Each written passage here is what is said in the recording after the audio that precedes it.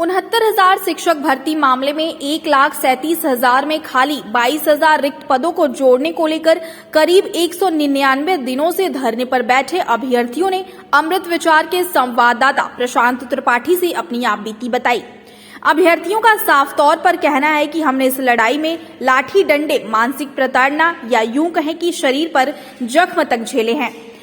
मौजूदा योगी सरकार ने ना तो इनसे मुलाकात की और ना ही इनके किसी मंत्री या नेता ने। विपक्ष के सपा, आम आदमी पार्टी और अन्य दलों के बड़े नेताओं ने इनसे मुलाकात की, लेकिन अभ्यर्थियों को सिर्फ आश्वासन के अलावा और कुछ नहीं मिला।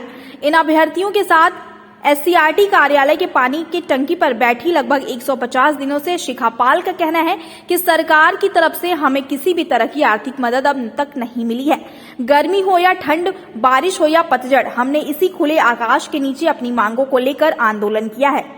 साफ तौर पर अभ्यर्थियों का कहना है कि यदि समय रहते हमारी मांगों को नहीं माना गया तो मौजूदा सरकार के मुखिया योगी आदित्यनाथ और इनके मंत्री नेताओं को आने वाले विधानसभा 2022 के चुनाव में अर्श से फर्श तक पहुंचाने का काम हमारे सभी भाई बहन करेंगे।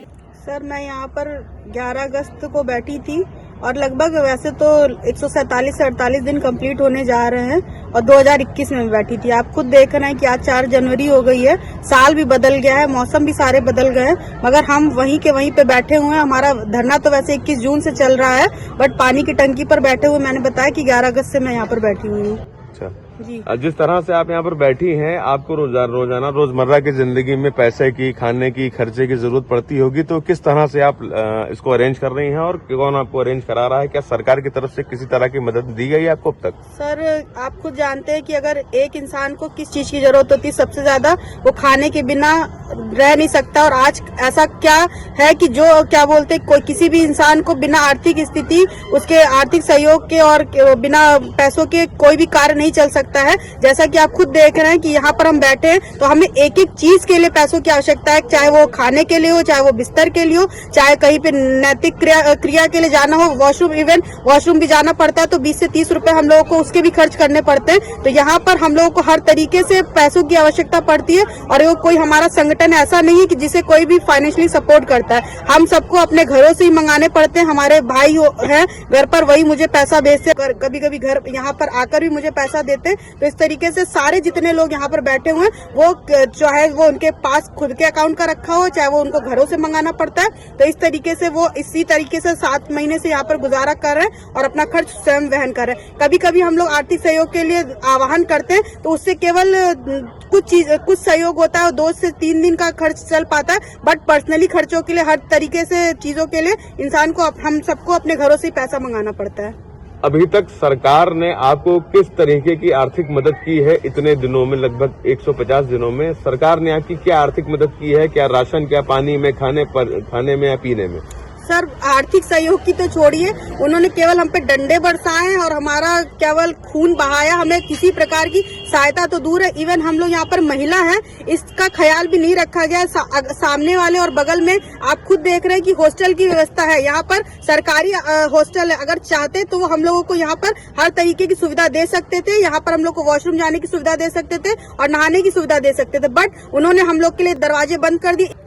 मेरा सवाल आपसे ये है कि अब तक आपने किस तरह की लड़ाई लड़ी है, कहाँ गुहार लगाई है और उसके अंतर्गत, उसके बीच में आपको किस तरह के दर्द सहने पड़े? दर्द की तो इंतहा इतनी है कि मैं एक एक बात आपको बताऊंगी कि किस तरीके से हम लोगों ने यहाँ पर संघर्ष काटा है, किस तरीके से हमारा संघर्ष चला है। उसकी दास्ता बताते बताते तो मुझे कई दिन लग जाएंगे। हमारे भाई बहनों ने और मैंने यहाँ पर इतनी सारी मानसिक, शारीरिक और आर्थिक प्रताड़ना झेली कि मैं आपको बता भी नहीं सकती हूँ। हमारी बहनों को इतना लात घूसों से मारा गया, अगर आप वीडियोस देखें तो आपको पता चलेगा कि उनको कैसे कैसे उठा के इस तरीके से फेंका जाता है जैसे वो पशुओं के साथ कोई व्यवहार कर रहे हैं। इवन हमारी लड़कियां जो है यहाँ पर महिला अभ्यर्थी, उनके कपड़े तक फाड़ दिए गए। 2022 का चुनाव करीब है और पक्ष के या विपक्ष के किन नेताओं से आपकी मुलाकात हुई है? और 2022 में अगर आपकी मांगों को नहीं माना गया तो आप किस तरह से आगे की लड़ाई लड़ेंगी, क्या कुछ करेंगी? पक्ष से तो सर 7 महीने गुजर गए हैं। यहाँ पर पक्ष का तो आप नाम ही मत लीजिए। लगता है कि उन्होंने हमसे कोई भी सरोकार नहीं है, ना ही हम लोग, लगता है यहाँ प्रदेश में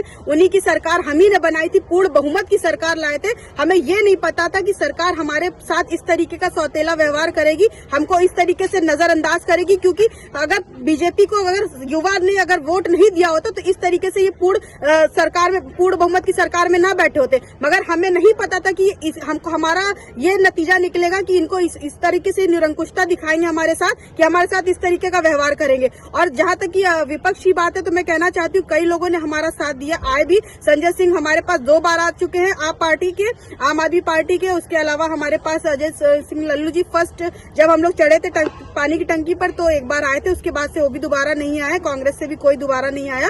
और समाजवादी पार्टी के जो हैं नेहा यादव और सुनील साजन जी आए थे जब हमारे भाइयों को 10-90 चौराहे पे लाठियां भांजी गई थी, बहुत मार पड़ी थी, तो उस दिन वो हमारा सहयोग करने आए थे। और इस तरीके से इन लोगों बस यही लोग आए, बट पक्ष से कोई भी नहीं अभी तक आया। अगर हमारी बातों को नहीं सुना जाता है तो उनको इसका भारी परिणाम झेलना पड़ेगा, क्योंकि हमने इतना ज्यादा यहाँ पर सह लिया ना कि अब हमारे पास आत्महत्या करने के अलावा कोई भी चारा नहीं रह गया। क्योंकि आप खुद जाने, एक महिला होने के नाते मैं 7 महीनों से अपने घर से दूर हूँ, मैं किस मुंह से अपने घर को जाऊँ।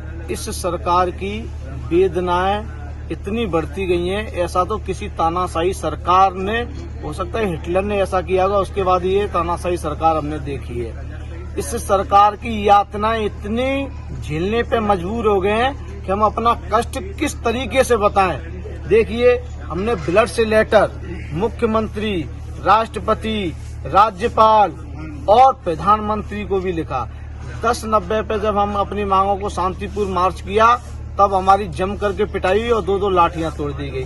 जब मुख्यमंत्री आवास पर गए तो जम के लाठियां तोड़ दी गई हमारे ऊपर। और कल दिनेश शर्मा जी के वहाँ गए तब लाठीचार्ज हुआ। कल हम JP नड्डा जी आए थे तो उन्होंने शांतिपूर्वक अपना ज्ञापन देने गए थे तो वहाँ जम के उपद्रव किया गया। तो सबसे बड़ी बात और सबसे जो कि एक संगीन बात है, वो बात ये है कि इस बीजेपी सरकार ने हम सभी लोगों को जातिवाद में बांट दिया गया है। चाहते हैं 1,37,000, लेकिन हमारे पास योग्य शिक्षक नहीं है जो हमारे द्वारा तय किए गए मानक को पास करके आए हैं। 68,500 पहली भर्ती हुई, जिसमें 23,000 लगभग पद रिक्त रह गए।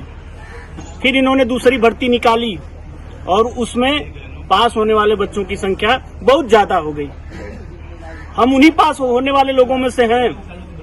हम चयनितों से कम नंबर नहीं पाए हैं। हमारी एकेडमी बस थोड़ी सी कम है, क्योंकि हम माननीय मुख्यमंत्री कल्याण सिंह, राजनाथ सिंह के जमाने के पास हुए, इसलिए हमारी एकेडमिक या परीक्षा का मूल्यांकन एकेडमी का वैसा नहीं था कि हम ज्यादा नंबर पा जाते।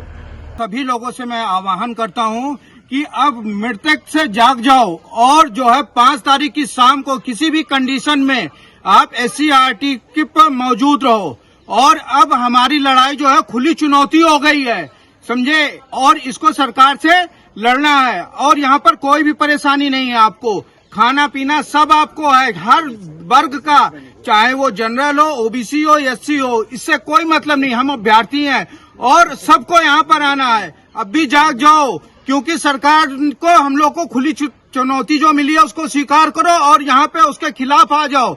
सरकार अगर सीटें नहीं देगी तो उसको 22 में नहीं लाना है। इसलिए भाइयों, सारे लोग यहाँ पर आओ और 5 की शाम को किसी भी कंडीशन में यहाँ पर पहुंच जाओ और सरकार को दिखा दो कि जब जब युवा जागा है तब तब आपकी संख्या जो है, जो आपकी सत्ता है, वो डोल जाएगी अगर आपने पूर्ण समायोजन नहीं किया तो। में अभ्यर्थी है कि वो 5 तारीख की शाम को हर हाल में यहाँ पर पहुंच जाए। अगर कुछ भी जमीर जिंदा है और अगर आपने एग्जाम देके इसमें पास किया है और अगर आप इसमें एलिजिबल हैं तो, और नहीं तो आपकी लड़ाई दूसरा कोई नहीं लड़ेगा। अगर आप खुद के लिए, अपने लिए नहीं लड़ सकते तो दूसरे से आप उम्मीद भी मत कीजिए। और सरकार को आपको दिखाना होगा कि आप युवा शक्ति में सब सारी चीजें निहित हैं और युवा जब जागता है तो शासन भी डोल जाता है, अगर निरंकुश सरकार है तो। और मेरा बीजेपी सरकार से ये विनम्र निवेदन है कि हम अभ्यर्थियों की बात सुने और 1,37,000 पूरा करें हम योग्य अभ्यर्थियों से। बस मुख्यमंत्री जी से एक आस और विश्वास है। कन्या पूजन करते हैं मुख्यमंत्री जी प्रत्येक वर्ष, और यहाँ पे हमारी बहनें, क्या वो कन्या नहीं है? माँ दुर्गा का वो अभिन्न अंग नहीं है? मुख्यमंत्री जी को संज्ञान लेना चाहिए। मुख्यमंत्री जी गौ माता के लिए गौशाला का निर्माण करवाते हैं, हम उसका समर्थन करते हैं, लेकिन हमारी माताएं, बहनें और हम सभी जो हैं इस खुले आसमान के नीचे नहीं किया सभी सुपर टेट पास का, तो आपकी जीत को ये ग्रहण लगाने वाले हैं। और ऐसा ग्रहण लगेगा कि हर जगह से कम 2000 10,000 वोटों से आपकी सब सीटें गिर जाएंगी। केवल इन्हीं का ऐसा आधार बन गया है। अब ये ऐसा आधार आपके लिए बन गए हैं। अगर इस अदना से आप कार्यकर्ता की बात समझना चाहते हैं, शिक्षक होने के नाते मैं सीधा ये बोल रहा हूं कि मैंने इनकी बिल्कुल जमीनी स्थिति को मैंने जो है परखा है और जमीनी स्थिति में मैंने ये देखा है कि ये बच्चे आपकी जीत को ग्रहण लगा देंगे। इसलिए मैं आपसे इन बच्चों के संपूर्ण समायोजन की मांग करता हूं। अगर आपने नहीं किया तो इस अदना से आदमी की बात आपको बार बार याद आएगी और आप पछताएंगे कि एक सामान्य से नागरिक ने क्या कहा था और हमारे साथ वही हो गया। धन्यवाद।